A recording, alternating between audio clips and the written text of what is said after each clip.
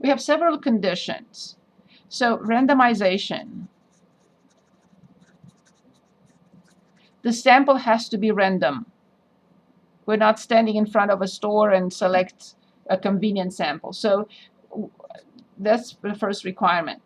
The second requirement is that the sample size is less than 0.05 of the population size, because this is for independence.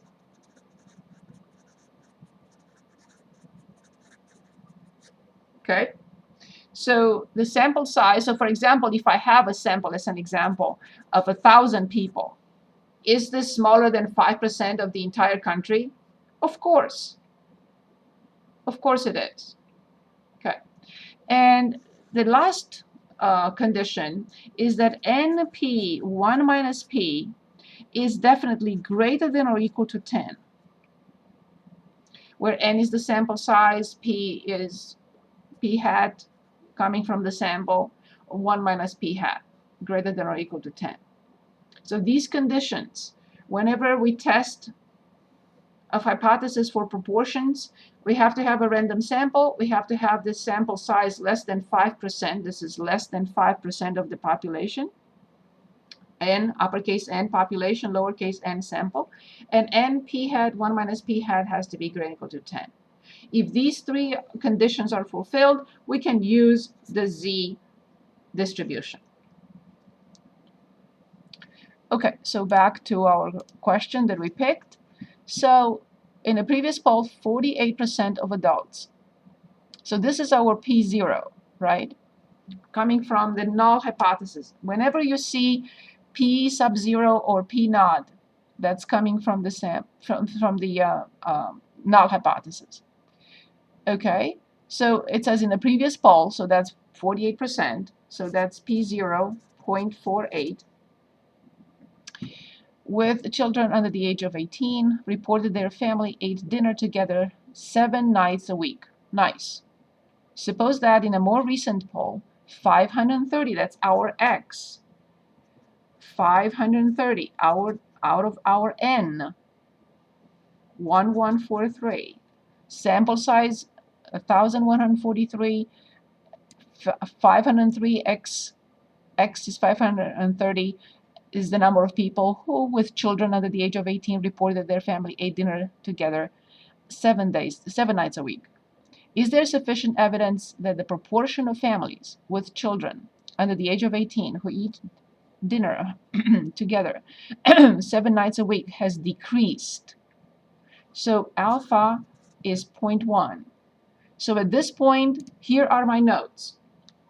From here, I determine P hat, which is 530 divided by 1143. Then I write the null hypothesis and the alternative hypothesis. And the keyword, coming back for a second, the keyword is right here. This is the keyword, decreased. And this has to be in the alternative hypothesis. So decreased, so the population, P has decreased.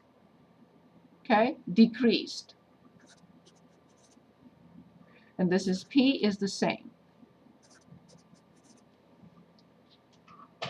So the null hypothesis always has the equal symbol. The alternative has either not equal to or less than or greater than.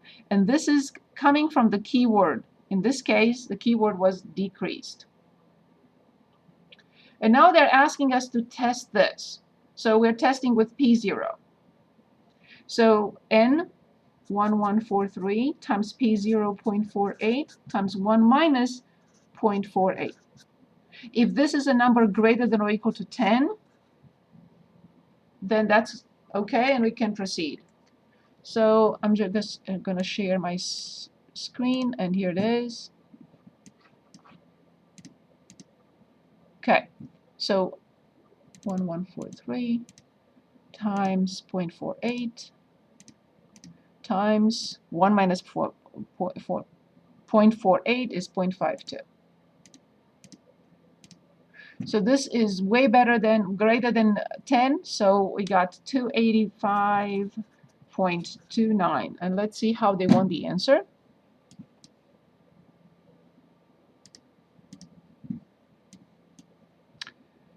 Okay, NP0, 1 minus P0, we got round to 1 decimal places needed.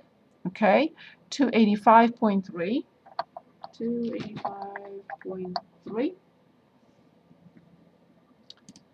greater than 10, and the sample size is less than, of course, 1,000 adults, definitely less than 5% of the population size, and the sample is randomized, is given to be random, can be reasonably assumed to be random. In the previous poll, I have to read this again, reported their family in the previous poll. Okay, suppose that is a more recent poll. Okay, reported sufficient evidence. So, can be reasonably assumed to be random, is given to, that's not to, cannot be randomly assumed to be random, is given to be random. Can be reasonably, so see, I'll say can be reasonably assumed to be random. The requirements for testing the hypothesis are satisfied. So NP1 minus P, NP0 times 1 minus P is greater than 10. The sample size is less than 5% of the population size, and the randomization condition is fulfilled. Can be reasonably assumed. I don't know for sure. I cannot 100% guarantee this. I can guarantee the other 200%, but I cannot really guarantee this. I don't know how they created the poll. Oops, sorry.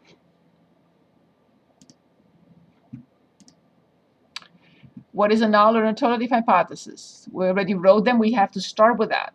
So this is a test for proportions. We're talking about proportions. We're not talking about mean.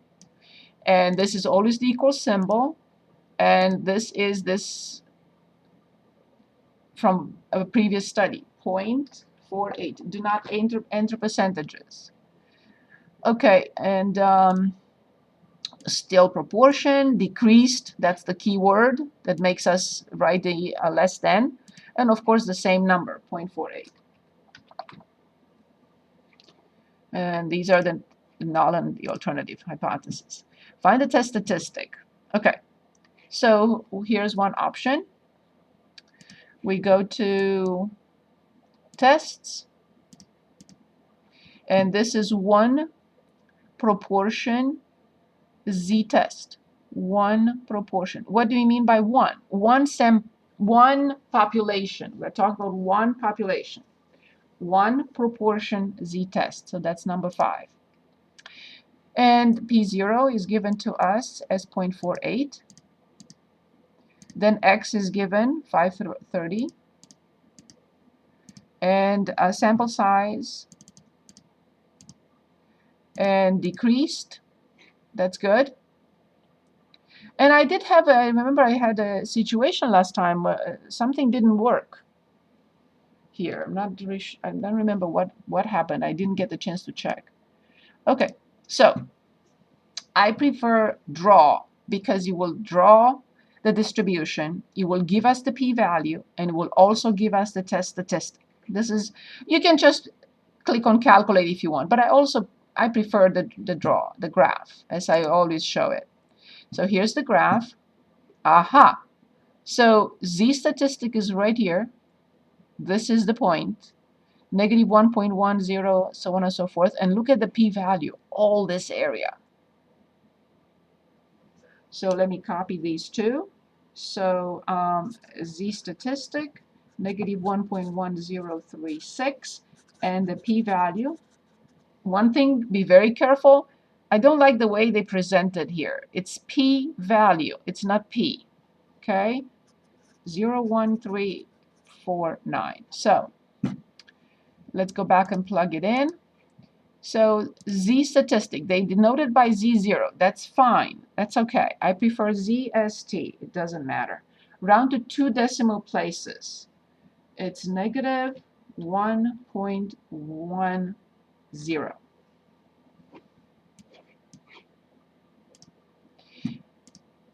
And then the p-value, of course. Round to 3 decimal places. And we have it. 0.135. Huge. Okay. And now it's asking us to conclude. So let's conclude here first. Let's discuss this and then go back. So remember, our graph was like this. Z somewhere here, Z statistic, and this was alpha. I'm sorry, this was p-value. P-value, 0.1349. And we were given from the beginning a level of significance, so the significance level, 0.1. So how much is 0.1? Well, definitely smaller than 0.1349. So this is alpha. It has to be in the tail, and it's dictated by the symbol in the alternative hypothesis. It has to be that way. Okay, so this is alpha. Since the p-value is greater than alpha, which means that this test statistic is in the non-rejection area, what do we conclude? Anyone?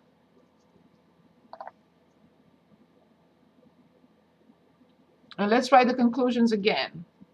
The two options. Either p-value is greater than alpha or p-value is less than alpha. So what, in this case, p-value 0.1349 is definitely greater than 0.1. This is 0.1. So what do we conclude? And what is the other alternative? If this happens, what do I conclude? Anyone would like to give it a shot?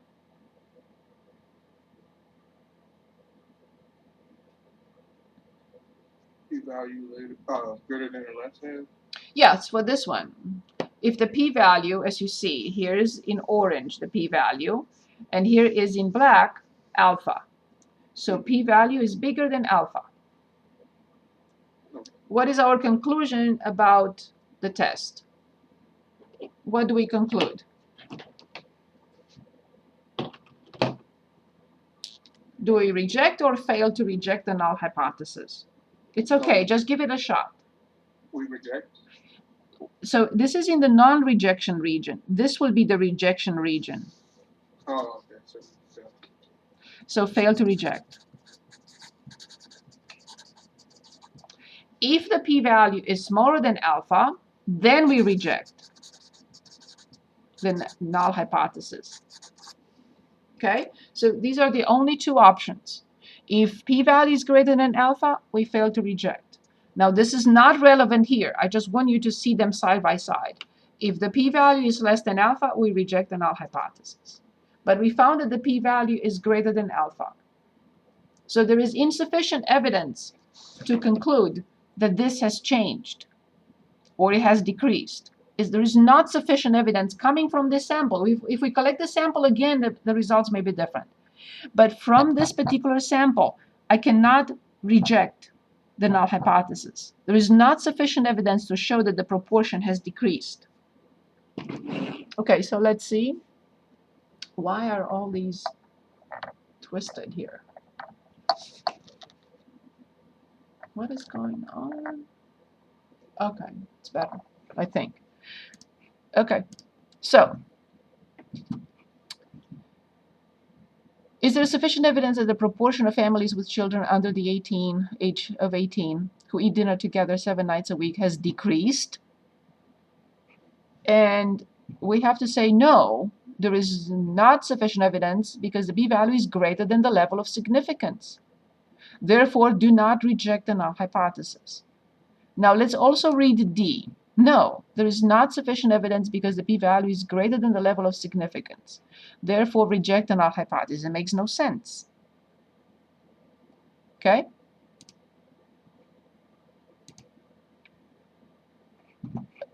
Okay, so do we need other examples? I know it's difficult because you haven't done this work and you don't know what to choose and yeah. Do you think we can move? We do 17? Yes, let's do 17. I was gonna say we could do another example. Yes. We did a lot last time, but because you didn't get the chance to, I'm trying to push my laptop further so I have more room here. Okay. I think it's better now. Okay. So you said 17.